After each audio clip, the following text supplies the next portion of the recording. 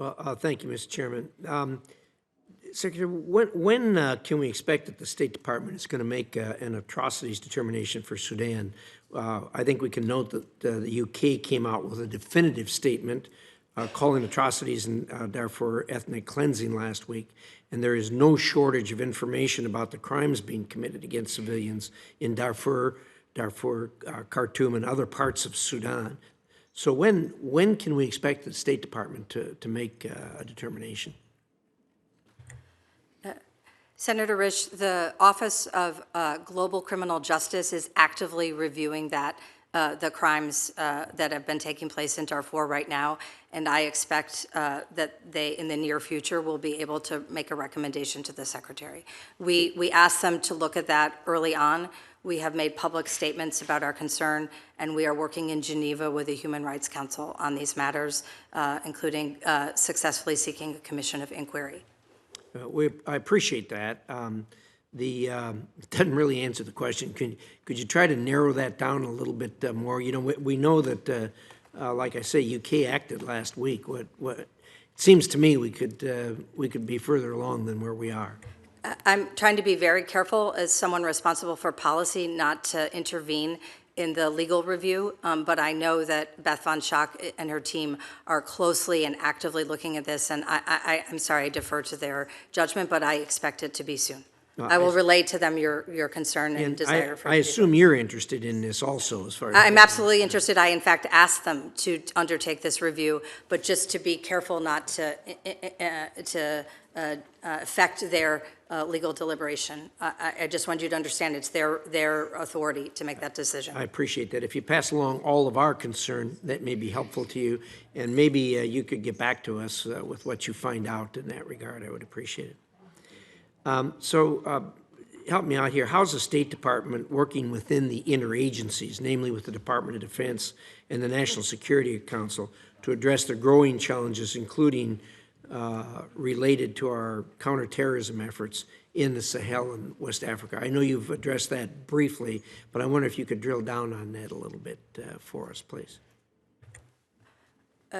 Absolutely. We have, as I've described, we've had important programs, not only what the military has been doing, but what the State Department has been doing in Niger, our Counterterrorism Bureau, our Bureau of International Narcotics and Law, my own bureau, the Africa Bureau, in our support for civilian security assistance.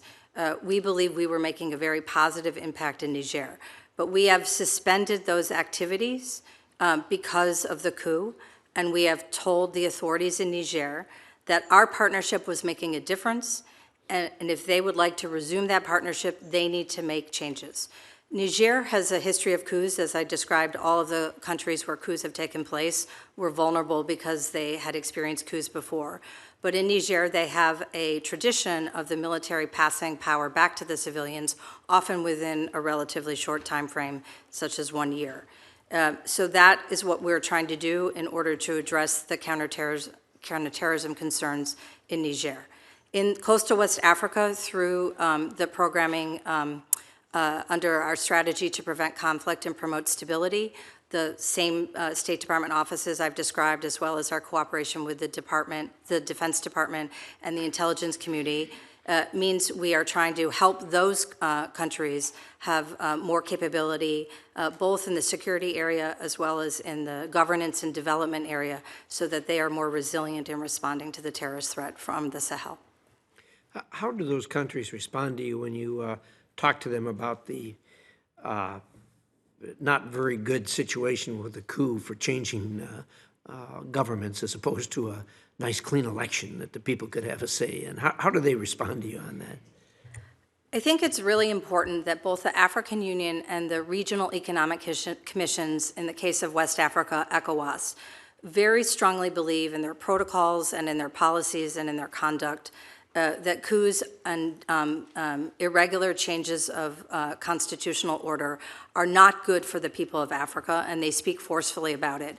In the case of Niger, ECOWAS has imposed very strong sanctions on Niger. They've cut off electricity, they've closed the borders, and they've also frozen the regional currency, Niger's access to the regional currency.